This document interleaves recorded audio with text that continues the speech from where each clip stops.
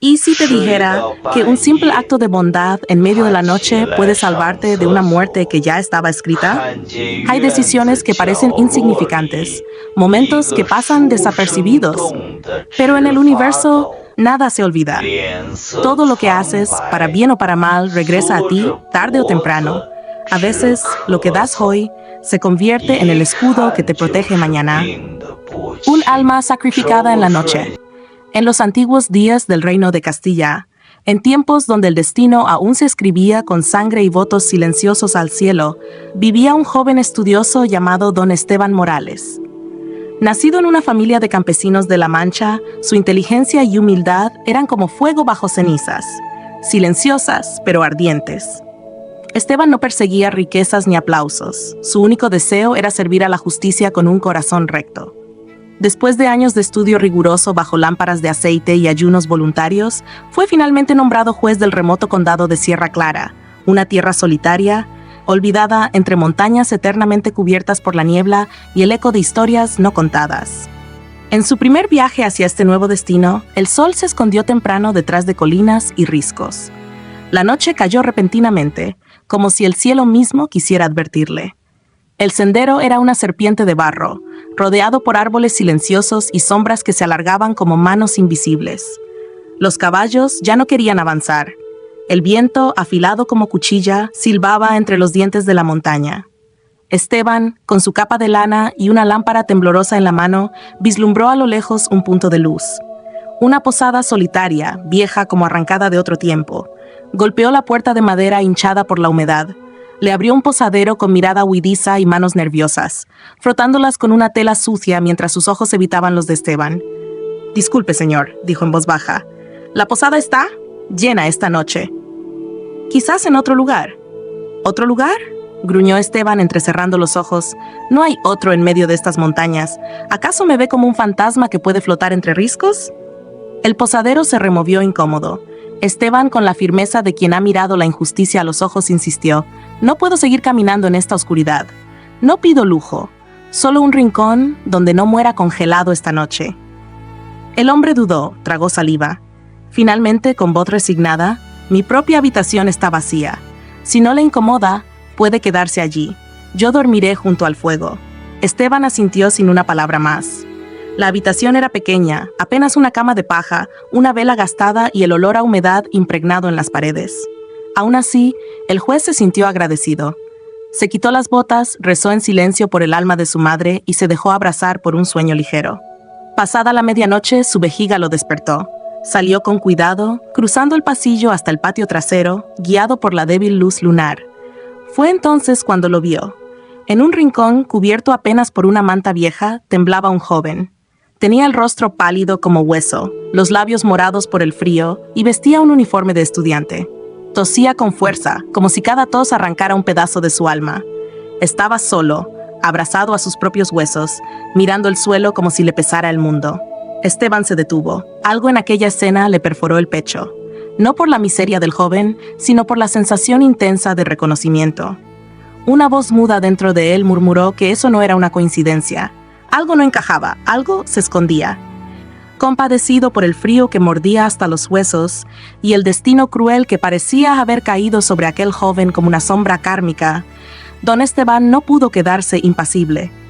Dio un paso hacia él, sin dudar ni un segundo, y apoyó con decisión la mano sobre su hombro huesudo y tembloroso. Sentía el calor de su palma traspasar la tela raída, como si el propio destino le exigiera actuar, como si una deuda de otras vidas le susurrara al oído. «Amigo mío, así no puedes quedarte. Este rincón está más cerca de la muerte que de la madrugada. Ven conmigo, no hay razón para que sigas aquí, temblando como si el mundo ya te hubiese condenado». El joven levantó la mirada. Sus ojos estaban apagados, pero aún conservaban una chispa de orgullo. Su voz era tenue, casi arrastrada, pero se aferraba a la dignidad como un náufrago a una tabla. «Señor, usted ha pagado esa habitación. Sería una injusticia que yo la ocupara. No se preocupe por mí. La noche es corta, puedo resistir un poco más». Pero Esteban, que había pasado años juzgando hombres y sabiendo que las decisiones verdaderas se toman en silencio, no permitió más palabras.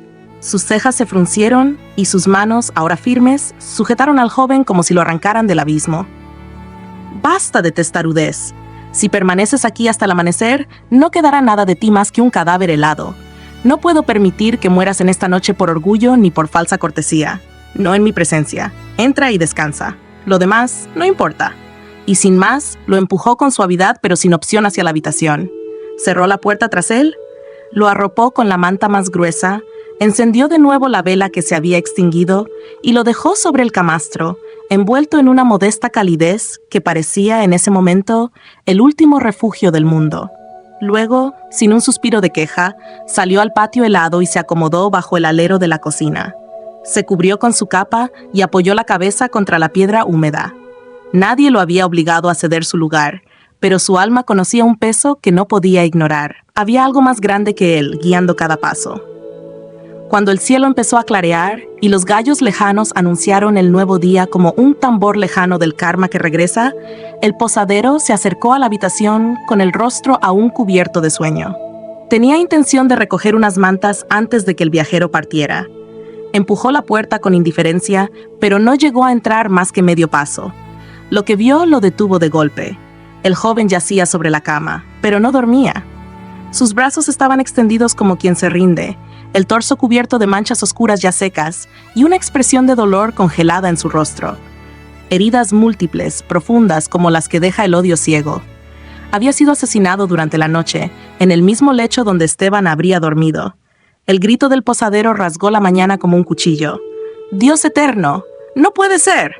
Sus labios temblaban mientras retrocedía, pálido como la cera de los cirios. Balbuceó como si el peso de la culpa lo estrangulara. Baltasar el tuerto, ese canalla, ese demonio. Hace días vino aquí y me exigió dinero. Dijo que si no pagaba por su protección, habría consecuencias. Me negué. Me amenazó. Anoche debió regresar, creyendo que yo dormía en esa cama, y su voz se quebró. Quiso matarme, pero mató al muchacho por error. La noticia corrió como fuego por la aldea. El posadero, con el rostro lleno de horror y arrepentimiento, se presentó de inmediato ante la guardia. Baltasar fue encontrado poco después en una taberna de la calle Mayor, bebiendo como si el infierno no lo estuviera esperando. Fue arrestado y bajo interrogatorio confesó. Su mano no tembló al relatar el crimen. No mostró remordimiento. El juicio fue breve. La justicia llegó sin retraso. Baltasar fue ejecutado en Lhasa y el eco de su último aliento se perdió entre las piedras. Pero en el corazón de Esteban algo más profundo quedó sembrado. La certeza de que ningún acto es casual, que cada gesto, cada renuncia, cada decisión forma parte de un tejido invisible, tejido por los hilos del karma, donde hasta el error más trágico revela una deuda saldada, una vida protegida y otra finalmente cobrada. El cuerpo del joven, con sus heridas ya secas y su nombre perdido entre la bruma de la noche, fue enterrado al día siguiente en el camposanto común de Villavieja del Monte, un cementerio olvidado en las afueras, donde los muertos sin nombre comparten el mismo polvo, el mismo silencio y las mismas plegarias sin respuesta. Nadie supo jamás quién era, nadie lo reclamó, nadie lloró por él.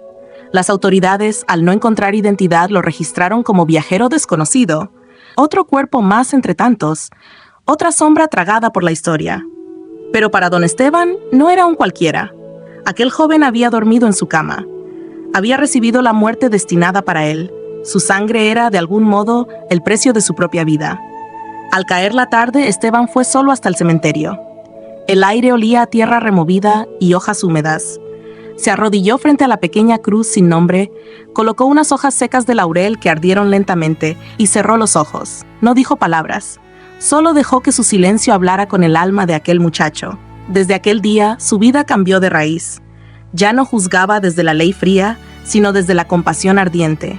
Ayudó a huérfanos, protegió a campesinos, detuvo injusticias silenciosas que pasaban desapercibidas para los ojos del poder. No toleró sobornos, no toleró abusos. Se volvió un pilar de rectitud, pero también de misericordia. Y así, con el pasar de los años, su nombre se volvió leyenda. En las plazas de Burgos y León se contaban historias de don Esteban Morales, el juez que no miraba con ojos de noble, sino con los de alguien que había mirado a la muerte y vuelto para pagar su deuda con el bien. A los 60 años ya era un hombre de cabello blanco y mirada serena, aunque triste. Cada arruga en su rostro parecía un capítulo de vida, cada cana una plegaria no dicha. Aquella noche vieja, la ciudad entera celebraba con fuegos, cantos y campanas. Pero en su casona, solo el silencio reinaba. Su esposa, doña Teresa, había muerto 3 inviernos atrás, y sus hijos, Alonso, corregidor en Ávila, y Gaspar, magistrado en Sevilla, no pudieron regresar. El vino no sabía igual sin ella. La chimenea no calentaba lo suficiente sin las risas de sus hijos. Se sintió solo, pero no abandonado. Había aprendido que la soledad no siempre era castigo, sino parte del balance secreto del destino. Así, mientras la ciudad estallaba en luces y promesas de un nuevo año, don Esteban se puso su capa negra, ajustó el bastón de madera de castaño y salió a caminar por el jardín de su mansión, seguido por 2 criadas que portaban faroles rojos. La noche era clara. Las estrellas parecían más cerca que nunca. El viento tenía un murmullo antiguo, como si cantaran nombres olvidados. Al llegar al fondo del jardín, junto a la vieja acacia que llevaba más de medio siglo ahí, se detuvo. Frunció el ceño. Entre las ramas vio algo, o alguien, una silueta, un cuerpo de pie, inmóvil, como parte del tronco. Su corazón no se agitó, no sintió miedo, solo una certeza vieja, una sensación que ya conocía, como cuando uno recuerda un sueño vivido en otra vida. Sin alzar la voz, sin turbar el aire, les dijo a las doncellas: «Id a la cocina. Decida a Mariano que prepare una mesa con buen vino de Valdepeñas y algunas viandas, que no falten puerros ni ajos. Llevadlas al pabellón del frente. Esta noche brindaré solo». Y mientras las criadas se alejaban, el anciano caminó lentamente hacia la sombra. La noche no era tan oscura como parecía. Las criadas obedecieron en silencio, sin hacer preguntas. En pocos minutos, la mesa de piedra del pabellón oriental quedó servida con esmero: pan de trigo recién horneado, ajo asado, puerros confitados en aceite y una botella antigua de licor de cereza que llevaba más de 20 inviernos guardada en la bodega. Cuando todo estuvo listo, don Esteban, sin decir palabra, las despidió con un gesto de la mano. Ellas se retiraron despacio, dejando atrás los faroles temblorosos que parpadeaban como luciérnagas al borde de extinguirse. El jardín quedó sumido en una quietud antigua. No se oía más que el leve crujido de las hojas secas bajo el viento y el crepitar de las antorchas junto al muro. Don Esteban, de pie junto a la mesa, respiró hondo y alzó la vista hacia la vieja acacia que dominaba el fondo del jardín. Sus ramas retorcidas parecían haber crecido escuchando secretos. «Amigo del árbol, ya no hay ojos. Solo quedamos tú y este viejo. Baja. Comparte una copa conmigo». Desde lo alto, una figura tambaleante descendió como un fruto podrido que cae antes de tiempo. Tropezó con la raíz, cayó de rodillas y golpeó la frente contra la tierra dura 1, 2, 3 veces. Su voz, quebrada como un cántaro viejo, apenas logró articular: «Perdóneme, se lo ruego, señor. Soy un miserable, un cobarde sin alma». Don Esteban lo observó con detenimiento. En la penumbra reconoció esa cara endurecida por la pobreza, esos ojos quemados por la vergüenza. «¿Eres tú? Lorenzo Ramírez». «Por todos los santos». Lorenzo, el hombre que vive detrás de mi finca, con quien compartí tantas mes vendimias en silencio. Lorenzo, con la boca seca y la garganta cerrada por el llanto contenido, apenas pudo confirmar: «Sí, soy yo». No sé en qué momento me perdí. Don Esteban no dijo nada. Se inclinó, lo tomó suavemente del brazo y lo ayudó a incorporarse como quien levanta a un hermano vencido por la vida. Lo sentó junto a la mesa, frente a un cuenco humeante. «No hay nada que temer. Esta noche es de los vivos. Bebe, come y habla. A veces el alma se cura mejor con vino y verdad». Llenó una copa de vino tinto, la puso en sus manos y esperó. Lorenzo bebió a sorbos breves, como si cada trago lo arrancara de una maldición. Luego, vencido por el alivio, comenzó a llorar con un sonido roto, como si se desgarrara por dentro. «Señor, mi madre tiene 73 años. Esta primavera lo perdimos todo. La riada arrasó la huerta, las gallinas se ahogaron. No quedó ni una miga de pan. Llevamos 3 semanas comiendo raíces. Anoche lloró toda la noche temblando de fiebre. Y yo, esta noche, vine a robar». Don Esteban lo escuchó sin interrumpir ni una sola mueca en su rostro. Cuando Lorenzo terminó, solo exhaló un suspiro que llevaba el peso de muchas vidas. «No es tu culpa, Lorenzo. La culpa es mía. Vivo pared con pared contigo, y no supe oír el gemido de tu madre ni el crujir del hambre. He fallado, no como juez, sino como vecino. Pero aún hay tiempo para corregir lo que puede salvarse». Se metió la mano en la túnica, extrajo un saquito de cuero bordado con hilo rojo y se lo puso en la palma con delicadeza. «Aquí hay 20 monedas de plata. Con eso puedes comprar grano, leña, algo de carne, y si eres sabio, abrir una pequeña tienda o vender dulces en la plaza. Pero quiero algo a cambio. Lorenzo lo miró como un niño regañado. Lo que sea, señor. Lo juro por mi madre. No vuelvas jamás a caer tan bajo. Si lo haces de nuevo y caes en manos de otro, te llamarán ladrón, te golpearán, te encarcelarán, y tu madre con la vergüenza se dejará morir. Y entonces, aunque tu hambre se calme, el castigo llegará igual. La lengua del pueblo pesa más que una piedra atada al cuello. Lorenzo se cubrió el rostro y rompió en sollozos como un río roto. Usted me ha salvado la vida. No volveré a deshonrar a mi madre ni a mí mismo. Le doy mi palabra, que el cielo me castigue si miento. Cuando terminó de comer, don Esteban envolvió algunos trozos de pan, carne curada y ajo en un lienzo limpio. Le preparó un fardo discreto, lo ató con una cuerda de esparto y lo condujo en silencio hasta la tapia trasera, donde el muro tenía una grieta escondida entre hiedras. Sube por aquí, no hagas ruido, vuelve a casa con tu madre. Nadie debe verte. Esta noche no existió para nadie, salvo para ti y para mí. Lorenzo abrazó el paquete contra el pecho con fuerza. Se secó las lágrimas con la manga sucia. Subió ágilmente la tapia, desapareció entre los naranjos del camino y la sombra se lo tragó como si el karma, por una noche, le hubiera concedido una tregua. Solo entonces, cuando la figura de Lorenzo ya se había fundido con la negrura del sendero, don Esteban se permitió respirar profundamente.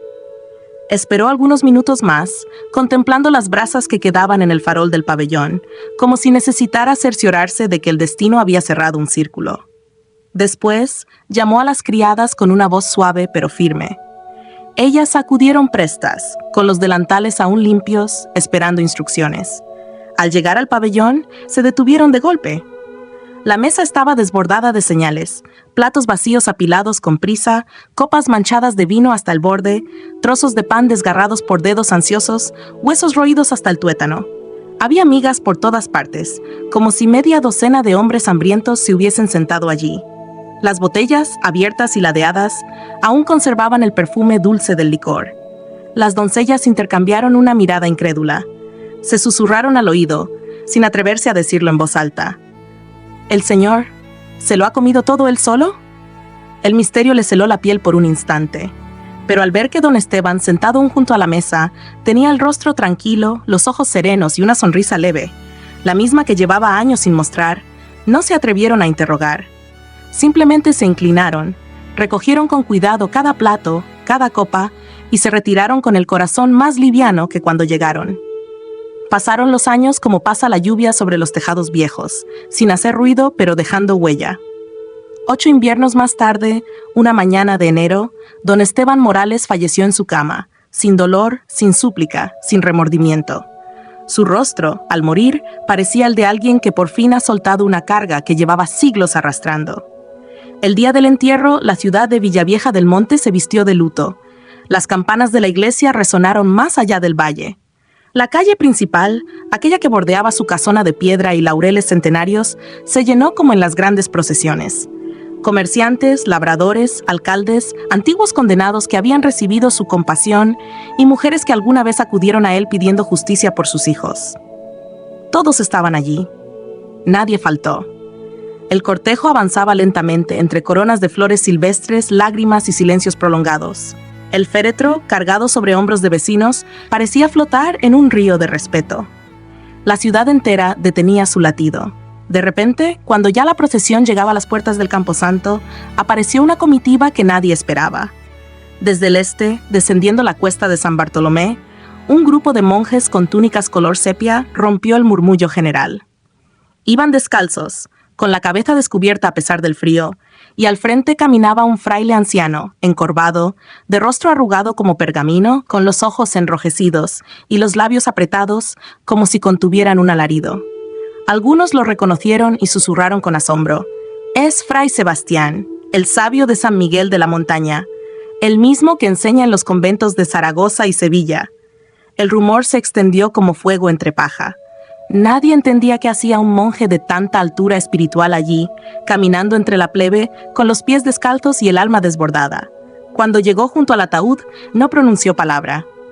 Cayó de rodillas con la brutalidad de quien ha sido golpeado por la memoria. Sus manos se aferraron al borde de la caja como un niño al borde del lecho de su madre. Lloró. Lloró con los ojos abiertos sin disimulo. Su llanto no era de pena por la muerte, sino de gratitud por la vida. Don Alonso, el primogénito de Esteban, ya condecorado como funcionario mayor en la corte de Valladolid, se adelantó con paso veloz. Levantó con cuidado al monje y le preguntó con desconcierto sincero: «Padre, ¿nos conocemos?». El monje, con la voz aún quebrada, lo tomó del brazo y lo apartó del gentío. Le habló con la humildad de quien revela una deuda que ha marcado una existencia entera. «No, señor, jamás nos habíamos visto. Pero hace 8 años, antes de vestir este hábito, yo me llamaba Lorenzo Ramírez. Era el vecino de su padre, vivía al otro lado del muro. Aquella noche vieja, desesperado, entré en su jardín para robar algo de pan, y su padre no solo me sorprendió, sino que me salvó. Me dio comida, me dio dinero, y lo más sagrado, me devolvió mi dignidad. Gracias a él, mi madre vivió sus últimos años con paz, y yo decidí no ser más un ladrón. Me ofrecí al monasterio, cambié de nombre, de vida, de karma. Su padre me dio una segunda oportunidad, una que ni yo mismo creía merecer. Hoy estoy aquí porque todo lo que soy, lo soy por él». Don Alonso no dijo nada.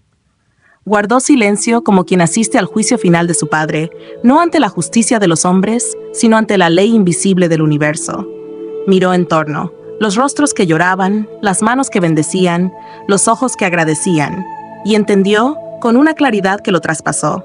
Todo había comenzado mucho antes, en una posada perdida entre montañas, cuando un joven juez llamado Esteban Morales cedió su cama a un estudiante enfermo en una noche sin luna. Una sola elección, una chispa, y la rueda del karma giró. Lección de vida, la semilla del karma. En la vida, cada acción, por pequeña o invisible que parezca, es una semilla que sembramos en el campo del destino. No importa si lo hacemos en secreto, en la oscuridad o lejos de los ojos del mundo.